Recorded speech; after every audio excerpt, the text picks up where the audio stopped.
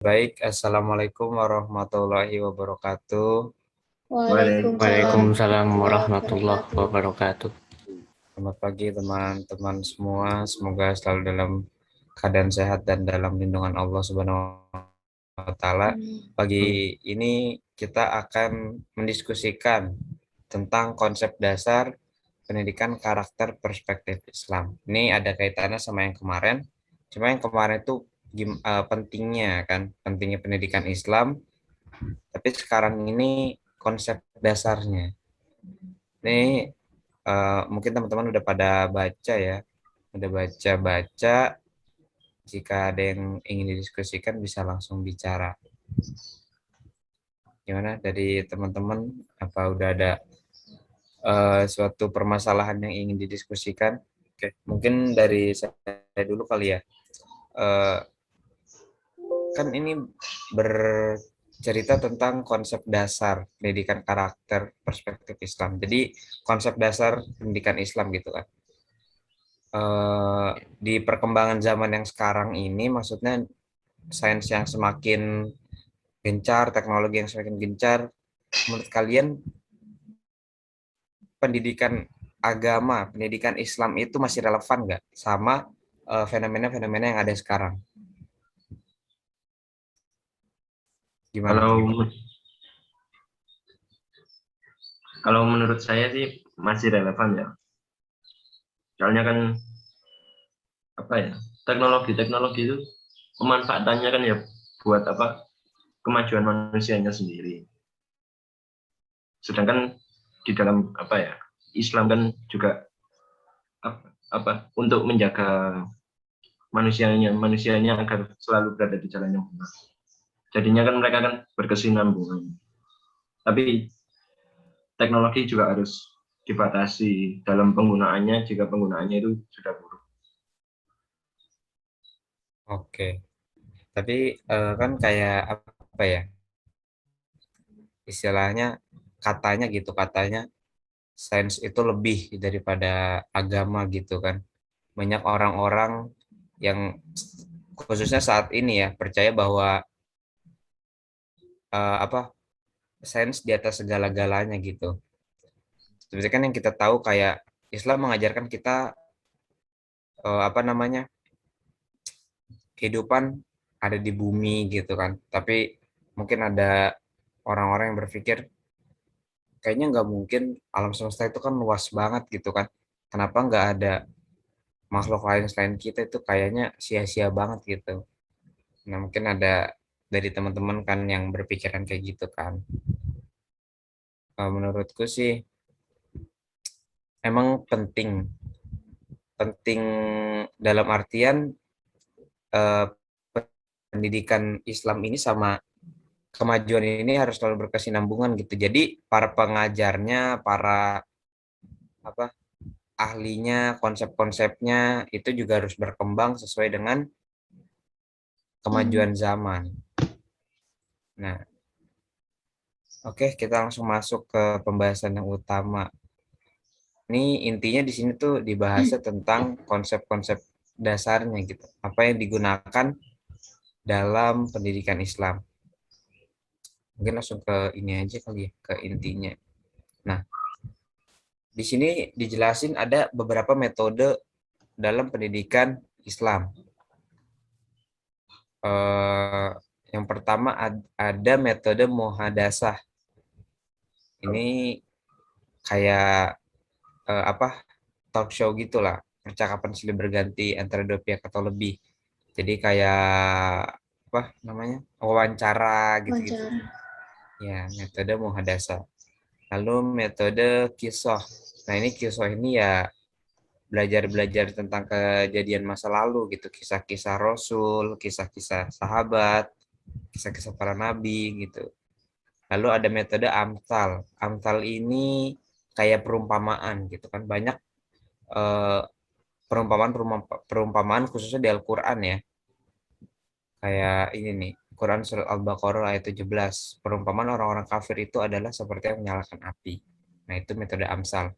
Lalu ada metode uswah, metode keteladanan. Jadi ya kita sebagai bukan kita sih, kayak ahli yang dalam pendidikan ini harus mencontohkan keteladanan kepada kita yang sedang belajar. Lalu ada metode pembiasaan. Metode pembiasaan ini ya kita dibiasakan, dilakukan secara berulang-ulang, kita lakukan berulang-ulang agar kita terbiasa dalam pendidikan karakter Islam. Lalu ada metode ibrah atau dan mauizoh. Nah, ini yang berarti juga nasihat atau peringatan. Jadi kayak semacam kita dikasih nasihat bagaimana yang benar, lalu kita diberi peringatan kalau misalkan kita melakukan hal-hal yang salah. Lalu ada metode targhib wa tarhib. Ini targhib ini adalah janji kesenangan. Jadi kalau kayak kamu kalau misalkan melakukan kebaikan, maka kamu mendapatkan surga. Tapi lalu ada tarhibnya. Tarhib adalah ancaman karena dosa gitu. Kamu kalau misalnya melakukan dosa, kamu akan masuk neraka gitu. Nah, tadi ada 7 metode. Kira-kira menurut teman-teman metode mana nih yang eh, paling apa ya? Paling relevan yang diterapkan untuk sekarang gitu. Kan tadi ada metode muhadasa dan lain-lainnya gitu. Yang paling baik dan paling relevan menurut teman-teman apa? Kalau menurut saya yang pertama dibahas itu kan di situ pendidikan karakter. Sebelum Iya. ke metodenya sebenarnya kan itu kan membahasnya di pendidikan karakter. Kalau kita kaitkan dengan zaman yang sekarang, kita lihat orang-orang sekarang itu karakternya kadang karakternya itu kan agak belum baik.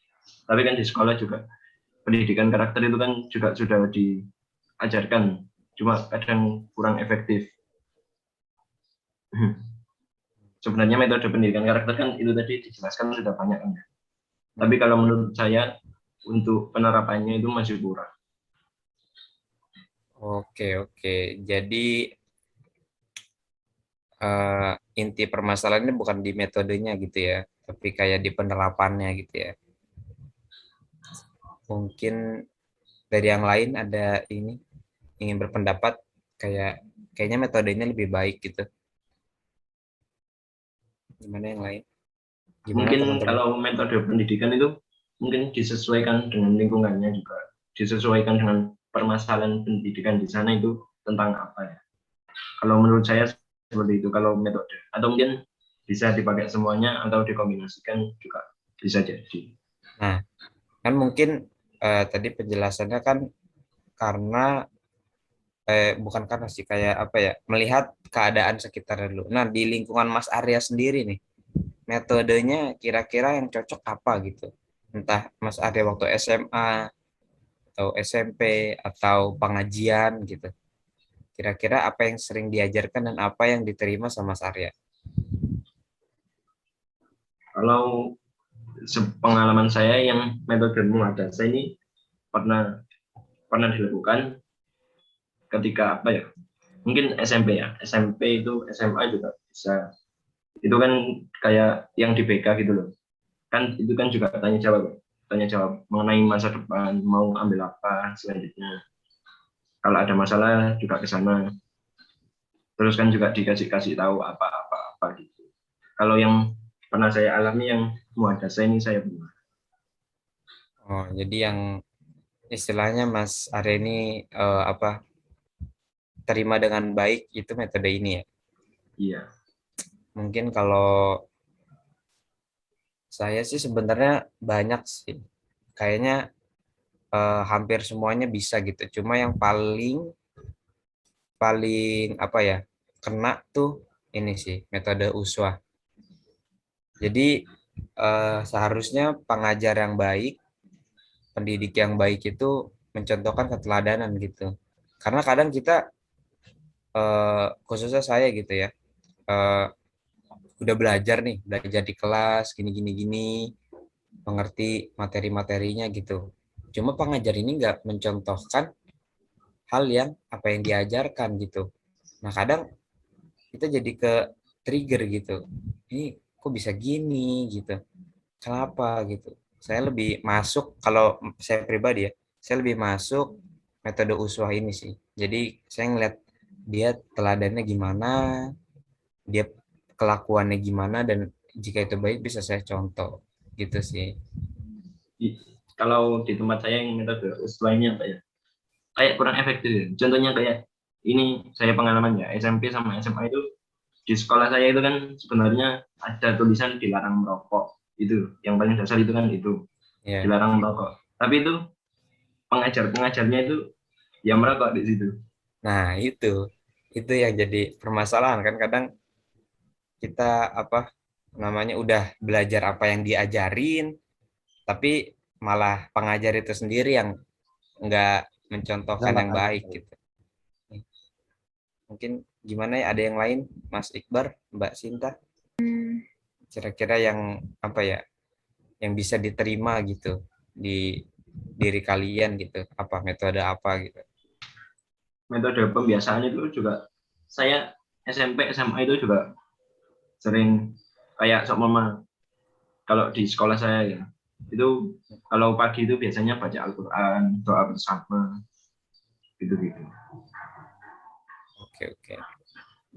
Hampir sama sih kayak di SMP ya. Pas SMP sama SMA itu tiap hari Rabu, Kamis sama Jumat itu pagi juga baca Al-Quran kayak surah Al-Waqiah atau Ar-Rahman sama Yasin. Jadi kayak metode pembiasaan itu ada banyak dampak positifnya juga sih. Jadi karena terus-menerus dilakukan, digencarkan sama pendidik, jadi setidaknya em, kalian ini tahu gitu ya gimana cara membaca Al-Quran dan lain-lain gitu ya. Ya, Oke, oke. Gimana yang lain, Mas Ahmad atau Mbak Sinta? Saya juga sama sih metode pembiasaan. Kalau di aku setiap hari Jumat itu melaksanakan sholat duha. Kalau di SMP ya, jadi rutin gitu. Oh, oke, oke. Uh, Ini eh, dari sekolah Islam atau gimana itu? SMP biasa sih, Mas. Oh, jarang juga sih SMP biasa yang ada sholat duhanya ya. Makanya itu jadwalnya ada di setiap masuk akan diminta untuk ikut sholat. Palingan sih baca Al-Quran sih, itu udah paling ini sih. Iya. aku Oke, ada oke. pas SMA itu sholat duha itu. Pas kelas, SMA Islam bukan? bukan, SMA negeri Oh, biasa. Pas oh, mulai oke, kelas oke. 11 sih tapi. Oke, oke. Itu lumayan ini juga sih. Jarang juga. Kalau Mbak Sinta gimana? Aku juga ada pas apa SMP sama SMA.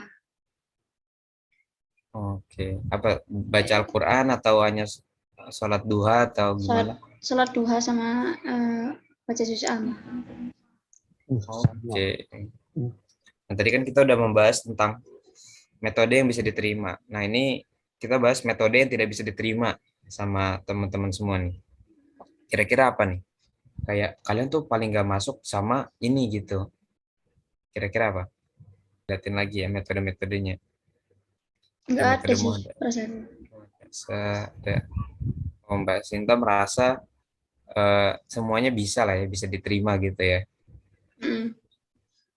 Cuma cuma kalau dari saya ya, Hmm. kurang kurang serak sama ini sih, kurang apa ya, bukan gak menerima tapi kurang enak sama ini, target wa Kurang tarhib efektif. ini. Aktif mungkin. Iya, bukan efektif sih. Nah, Efektif menurutku efektif karena ini udah bicaranya tentang surga dan neraka gitu kan, kayak serem banget gitu kan. oh, Pasti Tapi pasti itu ya mau tidak mau diterapkan gitu kan. ya Kamu sholat berarti masuk surga gitu. Kamu nggak sholat kamu masuk neraka gitu. kayaknya Cuma itu balik lebih lagi cocok ke anak kecil itu. ada ada yang mengganjal gitu kan. Menurut dari diri saya sendiri ya, kayak masa ini sih gitu. Ibadah demi masuk surga. Iya, ibadahnya nggak karena Allah gitu, ibadahnya karena surga, ibadahnya karena takut neraka gitu. Itu Ya, yang ini sih yang apa yang kurang masuk gitu, kurang enak jadi di enggak iya. ya kurang enak di pikiran aja gitu. Mungkin dari teman-teman yang lain ada gitu. Iya, yang Kayak itu tadi kayaknya kalau buat penerapan, kadang kalau orang menerima itu kadang agak lebih susah. Mungkin orang mendengarkan kalau ada yang menjelaskan begini-begini, tapi kadang orang kan, waduh, kayak ya apa ya gitu, malah takut, iya malah mau benar. ikut lagi itu takut. Iya. Tapi kan itu sebenarnya fenomena yang banyak sekarang kan. Kayak Iya, misalkan ada orang yang tidak eh, berpendidikan, dia tahu ilmu bahwa musik itu haram gitu kan. Menurut pemikiran dia gitu. Terus sedangkan kita nih kebanyakan masih dengerin musik gitu.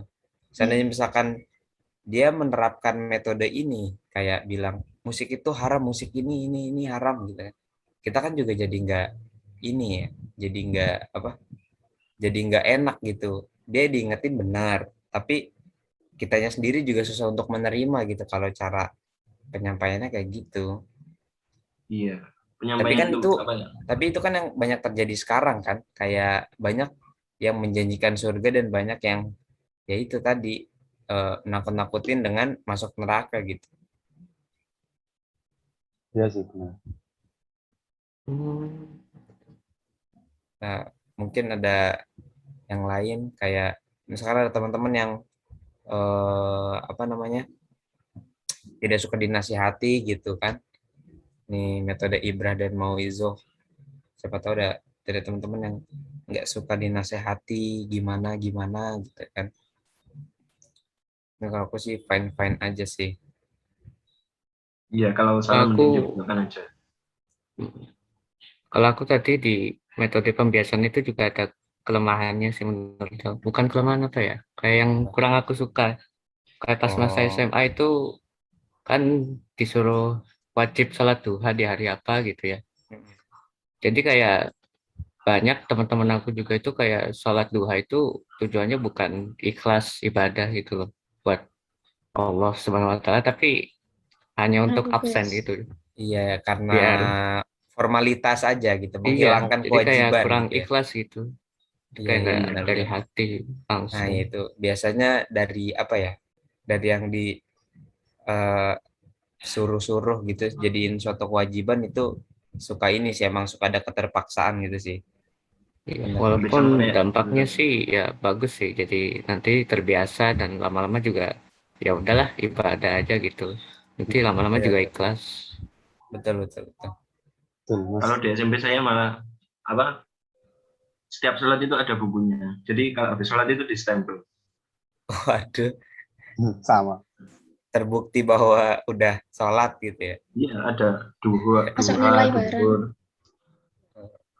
Pasti ini sih nggak menutup kemungkinan teman-teman yang itu ya cuma biar ini aja, biar dapat stempel aja. Ya.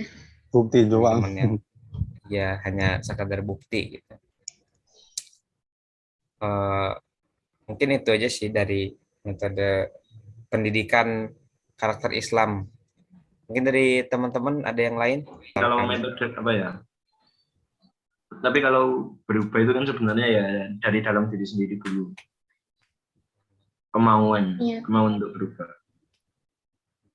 betul, betul. Pendidikan karakter, karena ini yang dibahas karakter gitu. Kita tidak bisa memaksakan karakter seseorang, kita tidak bisa membentuk karakter seseorang gitu, tapi orang itu sendiri yang bisa menentukan bagaimana karakter diri dia nantinya.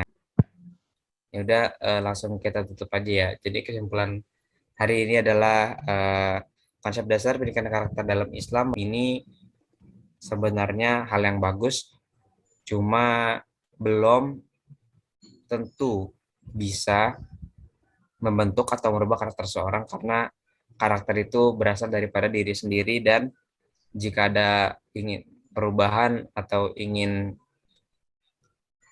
kenaikan dalam karakter itu diniati dari dalam hati sendiri.